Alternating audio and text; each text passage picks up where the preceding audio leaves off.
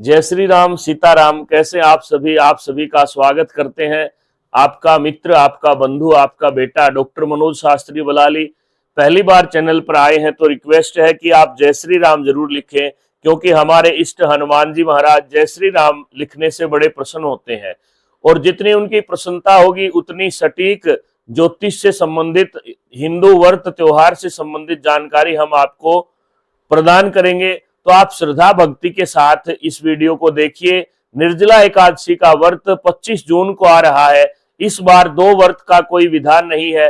हर बार एक स्मार्त, एक वैष्णव, दो प्रकार की एकादशियों का वर्णन मिलता है, परंतु इस बार केवल और केवल 25 जून को आपको व्रत रखना है। किस विधि से करें, क्या क्या कामना आप रखें और किन किन कामनाओं की पूर्ति के लिए किस विधि से व्रत करें, आज पूरी जानकारी। वीडियो लंबी हो सकती है। आपका कोई भी प्रश्न हो तो आप कमेंट में छोड़ दीजिएगा। दोस्तों, हर बार हम कहते हैं कि एकादशी का व्रत सबसे श्रेष्ठ है और निर्जला एकादशी का व्रत जितना मुश्किल है उतना ही आसान है। अब मुश्किल और आसान दोनों शब्द कैसे यहाँ पे प्रयोग किए?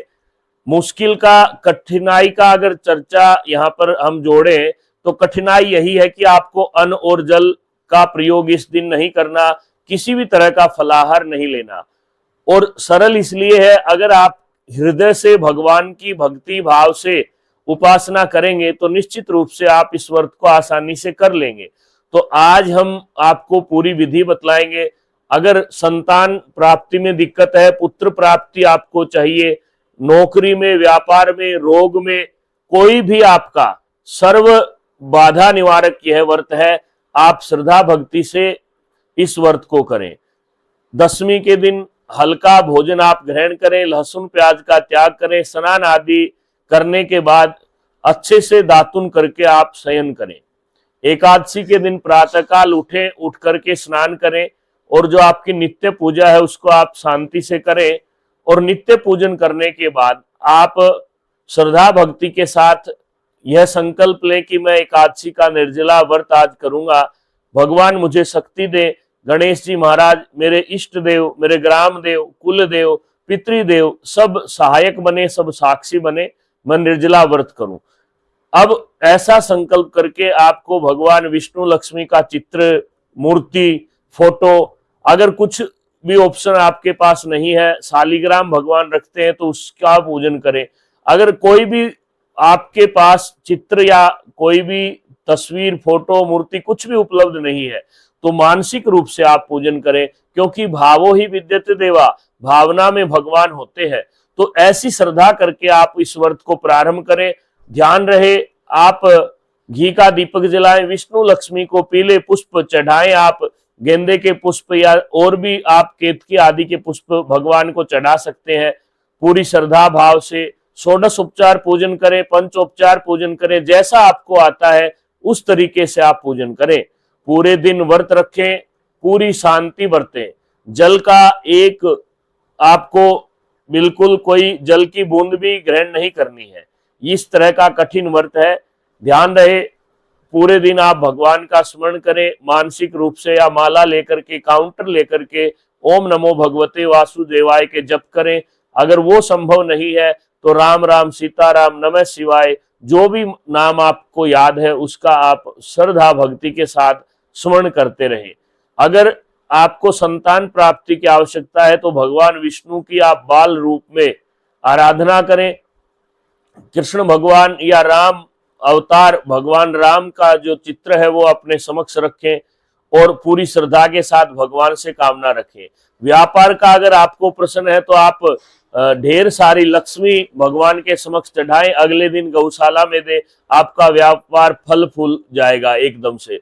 अगर शरीर की आपको कोई भी परेशानी है तो इस दिन आप कोशिश करें कि आप गंगाजल एक पात्र में लेकर, एक लोटे में गंगाजल भरें और जब भी समय मिले मानसिक रूप से जप करें, चम्मच से हिलाते रहें, वह जल अभिमंत्रित हो जाएगा। उस जल को आप बोतल में रख के फ्रिज में रख दीजिए, थोड़ा थोड़ा करके रोज आप पिए। इस तरह से आप शरीर की स्वास्थ्य के लिए, शरीर की शुद्धि के लिए इस व्रत को नियमित रूप से कर सकते हैं। पूरी श्रद्धा भक्ति से इस व्रत को आपको करना है। अब बात आती है सायकालीन क्या करें। सायकालीन आप ओम जय जगदीश हरे की आरती करें और फिर पूरी रात आप भगवान का भजन करें। हो सके तो सोना तो वर्जित है, लेकिन अगर गृहस्थी लोग हैं, दिन में काम करने वाले हैं, तो रात्रि में शयन भी कर सकते हैं। परंतु अगर आप 24 घंटे इस व्रत को दे रहे हैं तो सोना भी आवश्यक नहीं है। पूरी श्रद्धा के साथ आप इस व्रत को करें और मन में इतना भाव रखें कि भगवान आपके साथ है, फिर प्यास भूख कोई भी आपको परेशान नहीं करेगी। इसके बाद ध्यान रहे कम से कम बोलें, हो सके अगर आप व्यापारिक बंधु नहीं है, आपके ज्यादा फोन नहीं आते हैं, तो आप मौन व्रत रख सकते हैं। मौनम सर्वोत्तम भूषणम, मौन जो है सबसे बड़ी ताकत है। अगर आप मौन व्रत रख लेते हैं तो आपकी कामना निश्चित रूप से पूरी हो जाती है। अगले दिन प्रातः कालीन समय से आप उठे, 4:15, 4:30, 5 बजे उठ करके स्नान करें। पूरे भाव से भगवान का ध्यान करते हुए आप नियमित रूप से व्यायाम आदि करके भगवान के चित्र के समक्ष या तो चावल बना करके तुलसी पत्र के साथ भोग लगाएं, या आप उसके साथ साथ जो भी आप खिचड़ी बनाएं या कोई भी पकवान बना करके, या अगर आप बाहर रहते हैं, किसी कमरे पर किराए पर रहते हैं और कहीं बाहर हैं, विदेश में हैं, तो आप श्रद्धा से कोई भी मिठाई चढ़ा दे। भगवान भाव के भूखे हैं, भगवान प्रेम के प्यासे हैं, तो भगवान को आप भक्ति के साथ चढ़ाएं।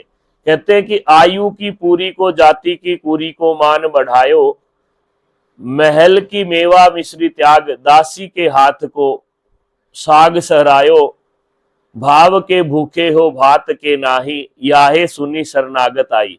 ऐसे विष्णु भगवान, नारायण भगवान को आप श्रद्धा से पूजिए और अगले दिन आप भोग लगाने के बाद ब्राह्मण को भोजन कराएं, हवन कराएं।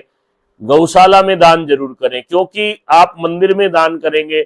मंदिर का दान कई बार आप देखते हैं कि लोग कहते हैं कि मंदिर का इतना पैसा था, पता नहीं कहाँ गया, लेकिन गऊ को आप खिलाएंगे तो अपने हाथों से ही जाके खिलाएं, या अपने हाथों से गौशाला में गुड़ दें, अनाज दें, वस्त्र दें, कुछ भी आप दान करें, तो उससे आपका जो फल है वह लाख गुना बढ़ जाता है। तो इस भाव से आप पूजन करें। कोई भी प्रश्न हो तो आप कमेंट में छोड़ दीजिएगा, हमें आपके कमेंट का इंतजार रहेगा। जीवन में कोई भी परेशानी हो, जन्म समय तारीख आप दिए गए नंबर पर भेज दीजिए। जन्म समय तारीख उपलब्ध नहीं है तो आप अपना प्रश्न लिख करके डाल दीजिए, हम प्रश्न लगन से आपको फलादेश देंगे और साथ साथ आपको मार्गदर्शित भी करेंगे, और यथा योग्य दक्षिणा भी इसी नंबर पे आप डाल दें। इस भाव से आप इस व्रत को करें। कोई भी प्रश्न हो तो पुनः परीक्षित करें। धन्यवाद। जय श्री राम। भगवान नारायण की कृपा आप सबके ऊपर बनी रहे। सीताराम भगवान की जय हो।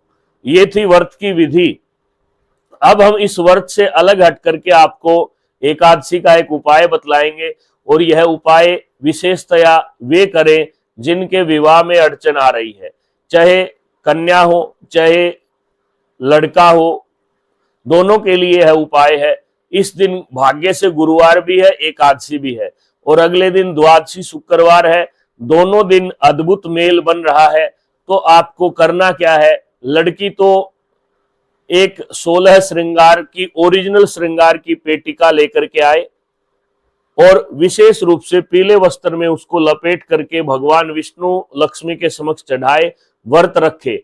लड़के जो हैं उनके लिए दूसरा उपाय है, 2 चुनरी लेकर के आए। 2 चुनरी बड़ी बड़ी हो, जो शादियों में दुल्हन चुनरी बोली जाती है, वो लेकर के आए और वो आप अपने इष्ट के भगवान नारायण के समक्ष अर्पित करें। द्वादशी के दिन शुक्रवार है, तो शुक्रवार का लक्ष्मी का मेल है, बृहस्पतिवार का विष्णु का बहुत अच्छा मेल है। तो आप एकादशी को यह अर्जी रखें, यह प्रार्थना रखें कि हे भगवान शीघ्र अतिशीघ्र मेरा विवाह संस्कार संपन्न हो। शुक्रवार के दिन लड़के को भी लड़की को भी, लड़की को 16 श्रृंगार पीला वस्त्र, भगवान विष्णु नारायण या सीताराम जी का मंदिर हो, भगवान शिव पार्वती का प्रतिष्ठित मंदिर हो, वहां पे आप चढ़ाएं। और लड़का उस चुनरी में से एक चुनरी चढ़ाए, एक चुनरी स्वयं घर पे रखे, उसकी माता जी को दे दे, वो अपनी पत्नी के लिए वहां पे रखें। और फिर आप देखना, आप अगले 3 महीनों में आपका विवाह संस्कार, अगर देवठनी एकादशी तक रिश्ता भी तय हो जाता है तो आप हमें आकर के बताइए, हम आपका जो उत्तर है उसका इंतजार करेंगे। और यह सभी प्रैक्टिकल किए हुए उपाय हैं, भगवती की कृपा से आप सबके बीच में आते हैं। तो आप चिंता न करें, स्वाध्याय करें, चिंतन करें, सब ठीक होगा। इन्हीं कामनाओं के साथ आपको पुनः अग्रिम शुभकामनाएं निर्जला एकादशी व्रत की। धन्यवाद। सीताराम, जय जय राम।